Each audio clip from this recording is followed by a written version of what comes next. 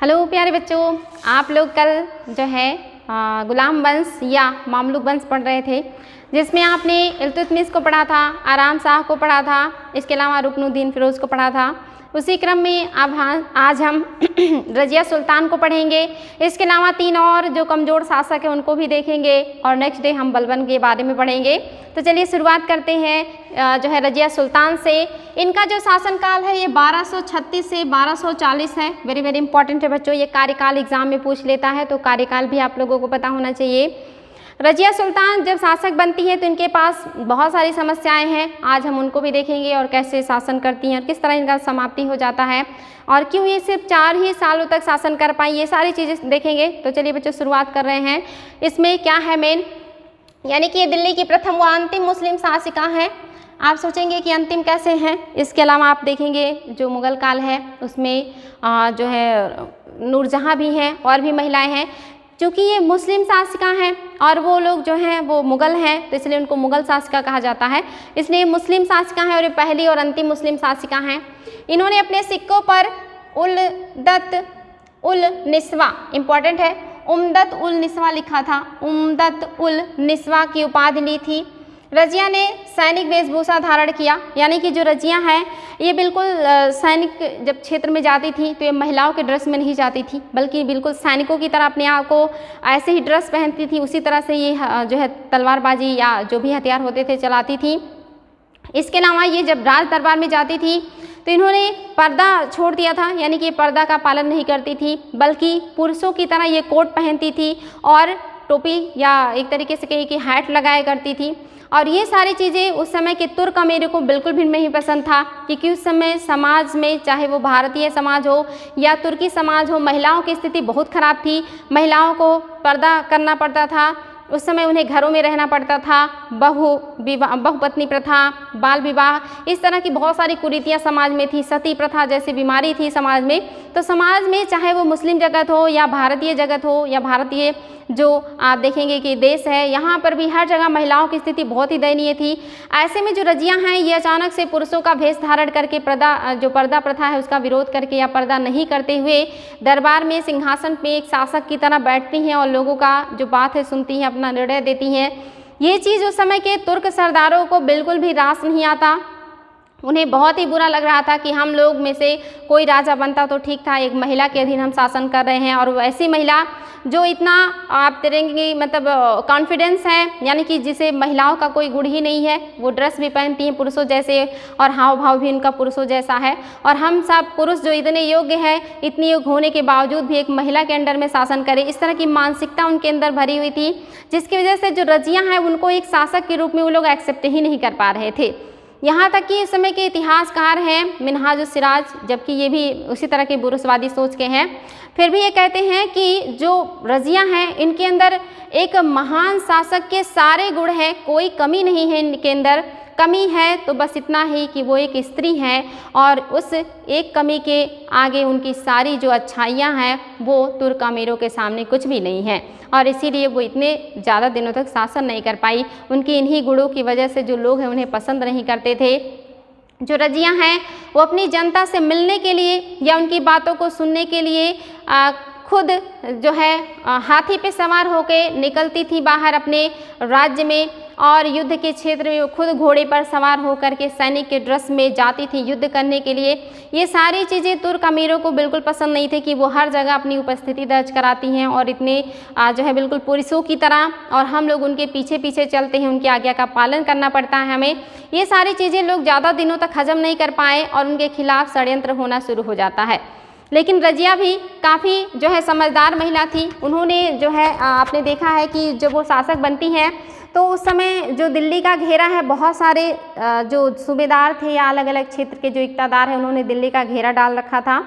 यहाँ पर उन्होंने बड़ी ही चालाकी से जब जो है रुकनुद्दीन फिरोज़ और उनकी माँ की हत्या हो जाती है या मरवा देती हैं और शासिका बन जाती हैं, तो उन इक़्तिदारों के बीच फूट डलवा दिया था। उन्होंने कूटनीतिक चाल क्या चला था कि वहाँ पे उन लोगों के खेमों के पास पर्चे गिरवा दिए थे और उससे पढ़ने से पता चला कि जो ये लोग हैं ये व्यक्तिगत रूप से महारानी से मिले हुए हैं या रज़िया से मिले हुए हैं। और आपस में सबको ये बात मतलब जो है यकीन हो जाता है कि हाँ हर दूसरा व्यक्ति या हर जो है नेक्स्ट जो आदमी है वो रजिया से मिला हुआ है, और इसी में वो सोचते हैं कि मैं मूर्ख हूँ जो यहाँ पे घेरा डाल के बैठा हूँ और बाकी लोग मिले हुए हैं उच्च पद की लालच में सिर्फ बेवकूफ़ बना रहे हैं। तो आपस में इन लोगों में मतभेद हो जाता है और एक एक करके वो लोग दिल्ली का घेरा उठा करके वापस लौट जाते हैं, और जो रजिया का देखेंगे कूटनीति यहाँ पे कामयाब हो जाता है। तो रजिया ने बहुत ही बढ़िया से यहाँ पे लोगों को दूर किया।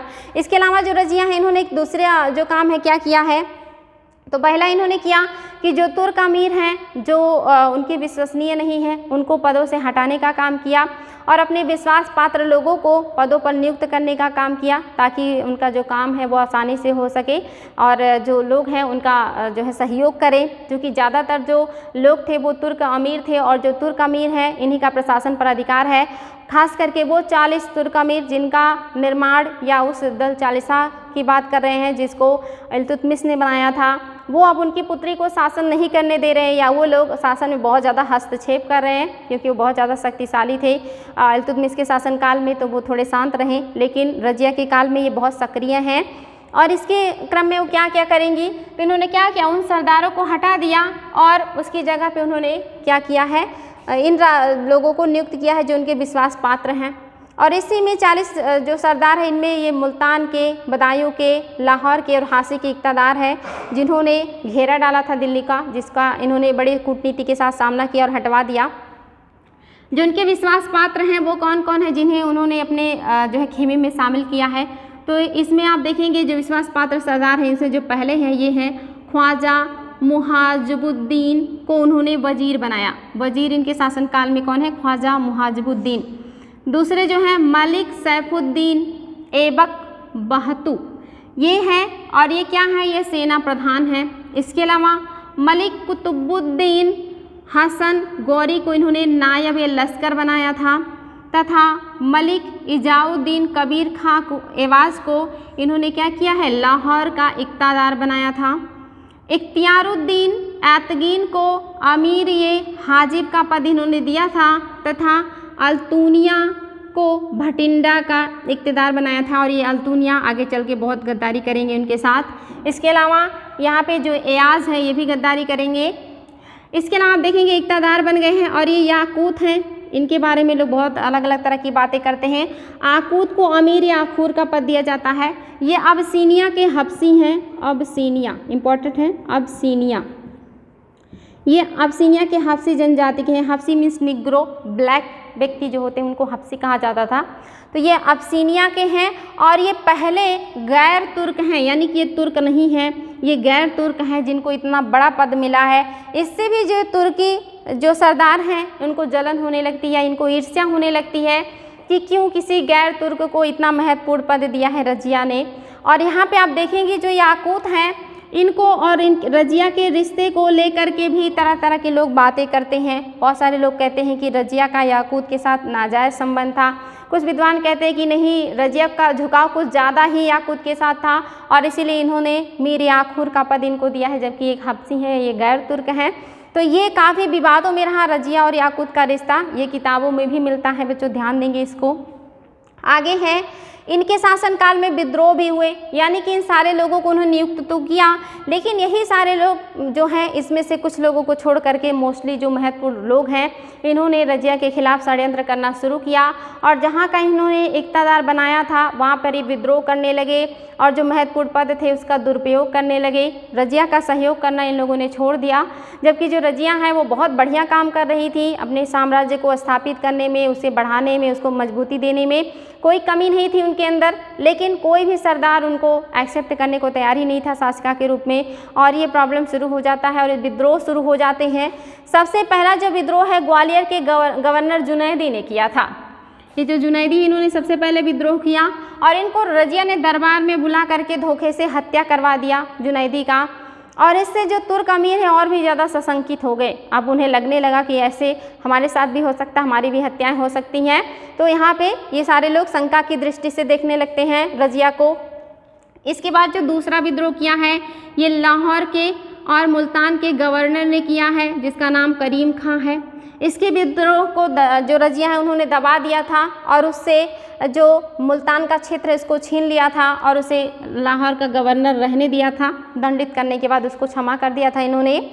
इसके बाद जो अल्तुनिया या जो भटिंडा का गवर्नर है इसने विद्रोह किया था और इस विद्रोह को दबाने के लिए ही रजिया को अपनी राजधानी छोड़ करके बाहर जाना पड़ा, यानी कि भटिंडा जाना पड़ा जो कि पंजाब का क्षेत्र था। उस विद्रोह को दबाने के लिए जो इस अल्तुनिया ने किया था, ये जैसे ही राजधानी से बाहर जाती हैं वैसे ही जो तुर्क अमीर हैं ये सक्रिय हो जाते हैं और वहाँ पे पहुँचने के बाद जो उनके साथ उनके सबसे विश्वास पात्र व्यक्ति थे याकूत, इनकी अमीरों ने धोखे से हत्या कर दी और रजिया को बंदी बना करके अल्तुनिया के ही जो जेल है उसमें कैद करके ये लोग जो है उनको रख देते हैं, यानी कि कैदी बना देते हैं। जो रजिया हैं कैद होने के बाद देखती हैं कि इनके बाद जो शासक बना देते हैं ये लोग, जो दूसरे इनके भाई हैं जो कि आप देखेंगे कि योग्य नहीं हैं, और उनका शासक बनाने के बाद खुद उनके ऊपर जो है पूरी तरह से हावी हो जाते हैं।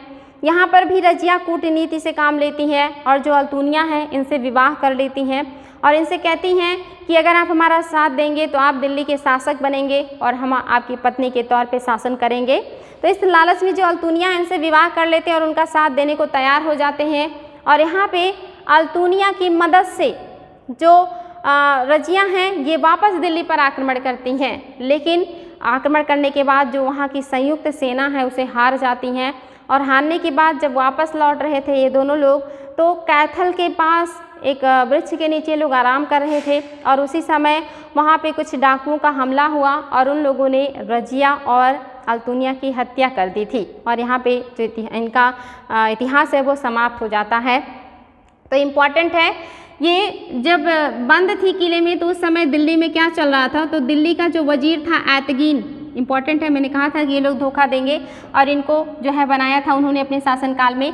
और ये लोग क्या कर रहे हैं, इन्होंने क्या किया, इस वजीर ने बहराम शाह को शासक बना दिया और जो बहराम शाह है इसने ऐतगीन को क्या बना दिया, नायब ए ममलिकात।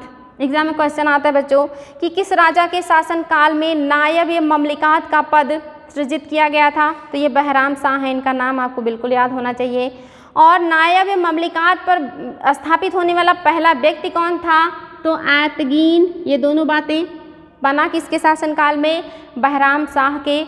पहला नायब हुआ कौन, ऐतगीन। वेरी वेरी इंपॉर्टेंट है। ये जो ऐतगीन हैं इन्होंने ये वादा किया था अल्तुनिया से, चूँकि ये खुद वजीर थे तो इन्होंने अल्तुनिया से कहा था कि मैं आपको नायब बनाऊंगा। और नायब ए ममलिकात का मतलब होता है संरक्षक, और किसका संरक्षक, तो राजा का संरक्षक, यानी कि राजा से भी ऊपर का पद है। इसका मतलब राजा उतना योग्य नहीं है और उसका संरक्षक जो है वो शासन करेगा। तो यहाँ पे जब अल्तुनिया के साथ धोखा होता है और पता चलता है ऐतगीन खुद नायब बन गए, ये वजीर पहले से थे, नायब भी बन गए, तो ये मजबूरी में जो है या कहिए कि पद की लालच में फिर से रजिया का साथ देने के लिए तैयार हो जाते हैं। तो इम्पॉर्टेंट है बच्चों, ऐतगीन ही प्रथम व्यक्ति थे जो इस पद पर आसीन हुए थे। यहाँ पे आप देखेंगे इन्होंने इतना कोशिश किया रजिया ने, लेकिन 13 अक्टूबर 1240 में ही डाकुओं ने इन दोनों की हत्या कर दी। अल्तुनिया और रजिया रास्ते में ही कैथल के पास मार दिए जाते हैं और जो उनका सपना था वो ख़त्म हो जाता है। उसके बाद जो शासक हैं आप जान ही रहे हैं कि ये हैं जिन्हें मोइजुद्दीन बहराम शाह कहा जाता है और इनका जो शासनकाल है ये 1240 से 42 यानी कि बहुत ही अल्पकाल के लिए है, सिर्फ 2 वर्षों के लिए है। इन्हीं के शासनकाल में नायब ए ममलिकात का पद सृजित किया गया है और इनके काल की यही 2 महत्वपूर्ण घटनाएं हैं। पहला कि इन्होंने नायब ए ममलिकात का पद सृजित किया, जिसपे पहला व्यक्ति जो बना वो ऐतगीन था, और इसके अलावा इन्होंने और क्या किया है, मुहाजिबुद्दीन मुहम्मद वज़ीर के पद पर जो है नियुक्त किया, यानी कि जो वज़ीर का पद है ये किसको मिला है, मुहाजिबुद्दीन मुहम्मद को वज़ीर बनाया और ऐतगीन जो है वो नायब बन गए हैं। और इन्हीं के शासनकाल में प्रथम बार मंगोल आक्रमण हुआ था। वेरी वेरी इंपॉर्टेंट, एग्जाम में अगर ये आए कि इसके शासनकाल में पहली बार मंगोलों का आक्रमण हुआ है तो बहराम जो है ये बहराम शाह इन्हीं के शासनकाल में हुआ है। लेकिन अगर ये पूछे कि पहली बार मंगोल देखे गए थे किसके शासनकाल में, तो इल्तुतमिश हो जाएगा। तो दोनों में अंतर है बच्चों, पहली बार मंगोल किसके शासनकाल में सिंधु नदी के तट पर देखे गए तो इल्तुतमिश, लेकिन उनका हमला भारत पर या मुगल या जो सल्तनत काल का शासन है इस पर हुआ तो ये बहराम शाह हैं। इनके शासनकाल में पहली बार मंगोलों ने आक्रमण कर दिया था भारत पर। आगे है तैर बहादुर के नेतृत्व में हुआ था, और जो मंगोल लीडर था वो तैर बहादुर था, इसी के नेतृत्व में मंगोलों ने आक्रमण किया था। इसी के शासनकाल में नायब या ममलिकात जो कि एक संरक्षक है के रूप में है, उसका पद का सृजन हुआ था। आयतगीन पहले व्यक्ति थे जो इस पर नियुक्त हुए थे, लेकिन ये बहुत ही महत्वाकांक्षी व्यक्ति थे, यानी कि इनकी जो महत्वाकांक्षा है वो बढ़ती जा रही थी। और जो बहराम शाह थे वो अपने ऊपर बहुत ज़्यादा दबाव को पसंद नहीं कर रहे थे या बहुत ज़्यादा हस्तक्षेप पसंद नहीं कर रहे थे, और उन्होंने अपने आप को फ्री रखने के लिए या अपने आप को जो बादशाह का पद है उसको महत्वपूर्ण स्थान दिलाने के लिए जो आयतगीन है इनकी हत्या करवा देते हैं। और हत्या करवाने के बाद देखेंगे आप कि जो दूसरे हैं व्यक्ति बदरुद्दीन सुकर रूमी, इन्हें बनाया जाता है नायब या ममलिकात, और इस पद पर ये नियुक्त रहते हैं। बहराम ने अपने पद तथा विशेषाधिकार के संबंध में तुर्क अमीरों से समझौता नहीं किया। इन्होंने कहा कि मेरा पद और जो मेरा विशेषाधिकार है जो एक शासक का होना चाहिए वो बना रहना चाहिए, मैं उसके खिलाफ किसी को पसंद नहीं करूँगा। यहाँ पे जो तुर्क अमीर हैं उन्हें ये चीज़ हजम नहीं होता या उन्हें ये चीज़ रास नहीं आती, क्योंकि वो सोच रहे थे इन्हें कठपुतली शासक बनाएंगे और पूरा जो शासन है वो हम अपने हिसाब से चलाएंगे। और इसी में आयतगीन मारे भी गए, लेकिन फिर जो बाकी के तुर्क हैं उनका जो हस्तक्षेप है ये शुरू हो गया, जिससे बहराम शाह परेशान होने लगे और उन्होंने सख्ती से काम करना शुरू किया। और इस बात से नाराज़ होकर के जो तुर्क अमीर हैं आपस में षड्यंत्र करते हैं, और षड्यंत्र करने के बाद जो बहराम शाह हैं इनको कैद करके इनकी हत्या कर देते हैं, और यहाँ से इनका जो जीवन है वो समाप्त हो जाता है। 1242 में ही इनकी हत्या हो जाती है। और इसके बाद जो शासक बनते हैं ये अलाउद्दीन मसूद शाह बनते हैं, और इनका जो शासनकाल है 1242 से 46 है, यानी कि बहुत ज़्यादा शासनकाल इनका भी नहीं है। 42 से 46 4 वर्षों का शासनकाल है। यह इल्तुतमिश का पौत्र था, यानी कि एक तरीके से कहेंगे इनके बेटे का बेटा था, जिसका नाम था अलाउद्दीन मसूद शाह, तथा एक अयोग्य और कमज़ोर शासक था एवं नाम मात्र का शासक था। अयोग्य होगा, कमज़ोर होगा तो नाम मात्र का ही शासक होगा। यानी कि जो तुर्क अमीर है इनका पूरा प्रभाव हो गया इनके ऊपर। इनका जो शासनकाल है ये तुर्कों के हिसाब से चल रहा है, या जो 12 जो दल चालिसा के लोग हैं उन्हीं लोगों का इस पर दबदबा है, वो अपने हिसाब से शासन कर रहे हैं। राजा कठपुतली शासक है, नाम मात्र का शासक है, उसका कोई भी हस्तक्षेप नहीं है और वो अपने आप को विलासिता में डुबोए हुए हैं। आगे क्या है कि इन्हीं के शासनकाल में क्या होता है, मलिक कुतुबुद्दीन हसन ये नायब हैं और जो अबू बकर हैं ये वजीर हैं। इन्हीं दोनों का ज़्यादा हस्तक्षेप है। एक मलिक कुतुबुद्दीन हसन है जो नायब हैं और जो अबू बकर हैं ये वजीर हैं। और जो उसी समय एक नाम और आता है बलबन, ये हासी का इक़्तिदार है, यानी कि एक इक़्ता जो है इनको प्राप्त है जो हासी का है, और यहाँ के इक़्तिदार जो हैं वो बलबन बन चुके हैं। अब ये उभर रहे हैं राजनीति में, हालांकि ये काफ़ी समय से हैं और इनको भी आप देखेंगे गुलाम है किसके, इल्तुतमिश के गुलाम हैं। ये जो है इक़्ता लिए हुए हैं और इस पर इक़्तिदारी का काम कर रहे हैं या शासन में काम कर रहे हैं। आप देखेंगे शासन सत्ता वजीर के हाथ में थी। ये जो वजीर है वह अबू बकर, इन्हीं का सबसे ज़्यादा दबदबा है। लेकिन जो बलबन हैं ये भी महत्वपूर्ण जो है साबित होते हैं, क्योंकि ये अब अपने आप को उभार रहे हैं या महत्वपूर्ण स्थानों पर इनका पदोन्नति हो रहा है। जो वहाँ का शासन है, प्रशासन है, उसमें अब जो दबदबा है बलबन का वो भी बढ़ रहा है, क्योंकि जो बलबन हैं ये अपने आप में योग्य हैं और ये बहुत समय से शासन में इनकी भागीदारी है।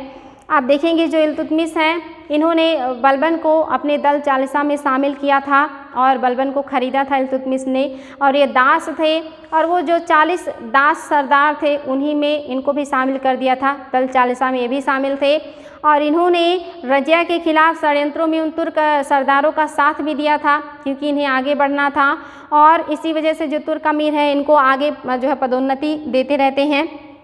ये महत्वपूर्ण व्यक्ति के रूप में उभर रहे थे। 1245 में मंगोलों का आक्रमण हुआ और मंगोलों ने उच्च जो कि मुल्तान के पास है उस पर कब्जा कर लिया, लेकिन बलबन ने अपनी योग्यता, अपनी वीरता, अपनी निपुणता से उस उच्च प्रदेश पर जो है अधिकार कर लिया और जो मंगोल हैं उनको वहाँ से मार भगाया था। तो इसलिए इनका जो पद है, जो प्रतिष्ठा है और भी ज़्यादा बढ़ गई थी। और जिसकी वजह से जो बलबन हैं ये क्या करते हैं, षड्यंत्र करने लगते हैं, क्योंकि अब इनके पास पावर आ चुका है, ये काफ़ी प्रतिष्ठित स्थान पे हैं। और षड्यंत्र करके 1246 में जो मसूद को कैद करे, ये जो महमूद है, महमूद शाह है, इनको क्या करते हैं, कैद कर लेते हैं और वहीं पे इनकी मृत्यु हो जाती है, इनकी हत्या कर दी जाती है। तो इनको कैद करने का काम कौन करेंगे, बलबन। तो अलाउद्दीन मसूद शाह भी जो है 1246 में कैदी हो गए हैं। इसके बाद एक और शासक आते हैं, उनका बहुत ज़्यादा इम्पोर्टेंट नहीं है, इसलिए उनको हम डिस्कस नहीं करेंगे। और ये जो 9वें शासक हैं, ये नसरुद्दीन महमूद हैं। इनका शासनकाल आप देखेंगे 1246 से 66 एग्जाम में आता है बच्चों, कि जो है बहराम शाह के बाद कौन आया है, और उसके बाद ये क्रम में एग्जाम में बहुत ज़्यादा क्वेश्चन आता है। नसरुद्दीन बहुत ही इंपॉर्टेंट है, इनका लंबा शासनकाल है 46 से 66, लगभग आप देखेंगे 20 वर्षों तक शासन किया है इन्होंने। इनके काल में क्या हुआ है, महमूद के काल में थोड़े समय को छोड़कर संपूर्ण सत्ता पर बलबन का ही जो है आप देखेंगे शासन था, क्योंकि जो बलबन है उन्हीं के सहयोग से शासक बने हैं। तो कुछ ही दिन शासन करने के बाद इनका जो आप देखेंगे अधिकार है वो शासन से हट जाता है, और उस पर जो अधिकार हो जाता है वो बलबन का हो जाता है। जो महत्वपूर्ण चीज़ें हैं वो बलबन के हाथों में हैं। आगे है कि बलबन क्या हैं, आरंभ में बलबन अमीर ये हाजिब रहे हैं, इसके बाद अबू बकर वजीर थे, यानी कि पहले अमीर हाजिब थे, और जो अबू बकर हैं अभी भी वजीर के पद पर बने हुए हैं। 1249 में उसने अपनी पुत्री, उसने मीन्स कि बलबन ने अपनी पुत्री का विवाह कर दिया, जो नसरुद्दीन है, यानी कि जो ये शासक है नसरुद्दीन महमूद, इन्हीं से अपनी पुत्री का विवाह कर दिया। और विवाह करने का रीज़न क्या था, शासक के बहुत करीब जाना, या शासक से वैवाहिक संबंध स्थापित होने के बाद इनकी पदोन्नति और बढ़ जाएगी, या इनका जो है पद है, जो प्रतिष्ठा है वो और भी ज़्यादा बढ़ जाएगा दरबार में। और इन्होंने अपने पुत्री का विवाह कर दिया नसरुद्दीन महमूद के साथ।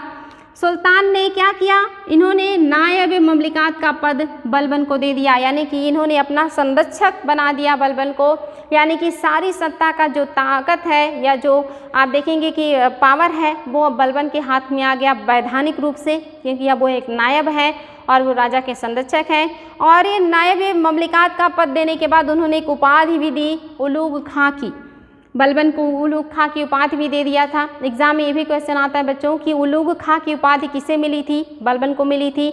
उलूग खां की उपाधि बलबन को दिया किसने था, तो नसरुद्दीन महमूद ने दिया था। वेरी वेरी इंपॉर्टेंट है, ध्यान देंगे। इनके बारे में ये भी कहा जाता है कि बहुत ही ईमानदार थे, ये कुरान का नकल किया करते थे, यानी कि अपने हाथों से ये कुरान की शब्दों को दूसरे पेज पे उतारा करते थे और उसको बेच करके ये अपना खर्चा चलाते थे, यानी कि राजकोष से धन नहीं लेते थे, बल्कि कुरान का नकल उतारने के बाद उसको बाज़ार में बेचते थे और उससे बेचने के बाद जो भी इनकम होता था उसी से ही अपना काम करते थे। ये बहुत ईमानदार शासक थे और इनका जो शासन का काम था वो पूरा बलबन किया करते थे। शायद इसीलिए इन्हें जो है काफ़ी दिनों तक जिंदा रहने का मौका मिला, क्योंकि ये बहुत ज़्यादा हस्तक्षेप नहीं कर रहे थे। आगे है बच्चों, ध्यान देंगे, 1253 में अमीरों ने बलबन को पद से हटाकर हांसी भिजवा दिया, यानी कि जब बलबन का पद प्रतिष्ठा इतना ज़्यादा बढ़ने लगा तो जो तुर्क अमीर थे उन्हें ईर्ष्या होने लगी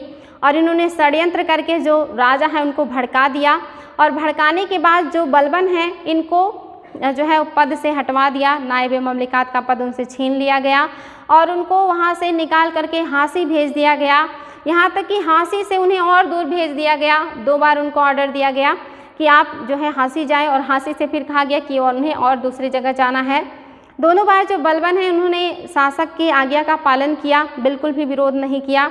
लेकिन बलबन के जाने के बाद जो प्रशासन है वो शिथिल होने लगा और जो नायब और ममलिकात का पद है उस पर एक मुस्लिम शासक रायहान, जिनका नाम था रायहान वकील राय, की नियुक्ति हो गई, जो कि भारतीय मुस्लिम थे या भारत का कोई व्यक्ति जिसने मुस्लिम धर्म को स्वीकार किया हो वो थे। ये बात तुर्क अमीरों को बिल्कुल भी पसंद नहीं आई कि कोई दूसरा जो है जाति का या दूसरी जगह का इंसान हमसे ऊंचे पद पर जाए। तो यहाँ पर ये फिर से षड्यंत्र करना शुरू करते हैं और जो राजा है इनको मजबूर करते हैं कि वो उसे पद से हटाएं और वापस बलबन को उस पद पर नियुक्त करें। और यहाँ पे जो राजा हैं ये वापस बलबन को बुलाते हैं और नायब ममलिकात का पद उन्हें दे देते हैं। इसके बाद जो बलबन है ये पूरी तरह से काम करना शुरू कर देते हैं और 1266 में महमूद की मृत्यु हो जाती है अचानक से। इम्पॉर्टेंट है, 1266 की ईस्वी में ही इनकी अचानक मृत्यु हो जाती है, जिसके बारे में बहुत ज़्यादा जो है बातें आती हैं सुनने की। उस समय के जो बहुत सारे इतिहासकार हैं अलग अलग मत देते हैं। कुछ लोग कहते हैं कि महमूद बीमार चल रहे थे काफ़ी समय से और फिर उनकी मृत्यु हो गई बीमारी से। कुछ लोग कहते हैं कि बलबन ने उनको मरवा दिया था ताकि वो राजा बनने को उनको मिल जाए मौका, और इसको बलबन का हत्यारा मानते हैं। लेकिन कुछ विद्वान ऐसे भी हैं जो कहते हैं इसका कोई लिखित प्रमाण नहीं है कि उनकी हत्या हुई थी या वो स्वतः से मरे थे। जिसमें से आप देखेंगे कि ऐसा क्या है, तो मिन्हाज का जो तबकात नासरी है, इंपॉर्टेंट है बच्चों, ये ध्यान देंगे। मिन्हाज ने क्या लिखा है, तबकात नासरी, वेरी वेरी इंपॉर्टेंट पुस्तक है। ये कूट में भी आता है और इंडिविजुअल भी आता है, तो ये बिल्कुल आप लोगों को याद होना चाहिए। इनका नाम पूरा मिन्हाज सिराज है। और ये कौन सी किताब लिखे हैं, तबकात नासरी, और ये 1260 तक का इतिहास बताता है। यानी कि इनके इस पुस्तक में 1260 तक के इतिहास का उल्लेख मिलता है, जिसमें कहीं भी इस बात का, क्योंकि 1260 में ही पूरा हो गया है तो इसके बाद का जो काल है उसका इसमें वर्णन नहीं है, तो यहाँ से भी हमें कुछ पता नहीं चलता है। इसके अलावा बरनी का तारीख़ फिरोज़ शाही, ये भी बहुत ज़्यादा इंपॉर्टेंट एग्जाम में आता है कि तारीख़ फिरोज़ शाही किसकी पुस्तक है, तो बरनी की है। इनकी जो पुस्तक है ये 1266 ईस्वी से प्रारंभ हुआ था। इसमें भी इस तरह के किसी भी जो है बात का उल्लेख नहीं है कि जो थे शासक महमूद उनकी हत्या हुई थी या वो स्वतः से मरे थे। तो इन दोनों के बीच का जो काल है इसमें आप देखेंगे लिखित स्रोतों का अभाव है, या हमारे पास कोई ऐसे लिखित जानकारी नहीं है जिससे साबित हो कि वो बीमारी से मरे थे या उनकी हत्या हुई थी। तो तरह तरह की यहाँ पे बातें की जाती हैं इतिहासकारों के द्वारा, क्योंकि हमारा बहुत सारा इतिहास ऐसा है जिसका आज भी हमारे पास ना कोई लिखित स्रोत है और ना ही हमारे पास उसका कोई पुरातात्विक साक्ष्य है। बहुत सारा इतिहास आज भी अनुमानों पे लिखा जाता है, इसीलिए शायद का जो प्रश्न चिन्ह है वो लग जाता है हर जगह कि ऐसा भी हुआ होगा या शायद ऐसा हुआ होगा। अब क्या था ये तो नहीं पता, लेकिन इतिहासकार अलग अलग मत देते हैं, क्योंकि कोई लिखित प्रमाण नहीं है हमारे पास, तो हम उस पर कोई निष्कर्ष नहीं दे सकते। तो आई होप बच्चों आज का क्लास आप लोगों को समझ में आया होगा। रजिया ज़्यादा इंपॉर्टेंट है, लेकिन ये बाकी के शासकों के बारे में जो भी पॉइंट्स मैंने हाईलाइट किए हैं उसको ज़रूर ध्यान दीजिएगा, क्योंकि जब भी एग्ज़ाम में आता है तो ऐसे बारीक पॉइंट्स को ही एग्जामिनर उठाते हैं जिस पर बच्चे ध्यान नहीं देते हैं। तो बारीक पॉइंट्स को ज़रूर एक दो बार रिवाइज कर लीजिएगा, क्योंकि रिवीजन ही एकमात्र तरीका है सफलता प्राप्त करने का। पढ़ने को तो आप कितना भी पढ़ लें, जब तक रिवीजन नहीं करेंगे वो सब भूल जाएगा। जितने भी टॉपर्स होते हैं एग्ज़ाम में वो हमेशा यही कहते हैं कि एग्ज़ाम में जाने से पहले जो भी पढ़ा है थोड़ा या ज़्यादा उसको रिवीजन ज़रूर करें। सिर्फ पढ़ने से नहीं होगा, रिवीजन मस्ट है। जो भी पढ़े उसको बहुत मजबूती से पढ़ें और उसको बार बार रिवाइज करें, ताकि वो आपके दिमाग में रहे और आप कॉन्फिडेंस के साथ उसको एग्ज़ाम में सही कर पाएँ। नहीं तो मार्क जो आप देखेंगे जो मार्क्स हैं, माइनस मार्किंग का टाइम चल रहा है, तो ऐसे में अगर उसको बहुत अच्छे से नहीं पढ़े हैं तो एग्ज़ाम में जा कर के कन्फ्यूज़न हो जाता है, या जो आप देखेंगे कि एक तरीके से दृढ़ इच्छा शक्ति नहीं रह जाती, वहाँ पे बहुत ज़्यादा गलतियाँ हो जाती हैं, या आता हुआ क्वेश्चन भी हम डरवश नहीं सही कर पाते हैं, ऐसा लगता है कि पता नहीं क्या होगा। तो इससे बचने के लिए बार बार रिवीजन ही एकमात्र सहारा है। तो बार बार रिवीजन कीजिए बच्चों, पढ़ते रहिए। कोई प्रॉब्लम होती है तो मैसेज कीजिए, मतलब कमेंट बॉक्स में क्वेश्चन कीजिए, जवाब दिया जाएगा। तो आज के लिए इतना ही, थैंक यू।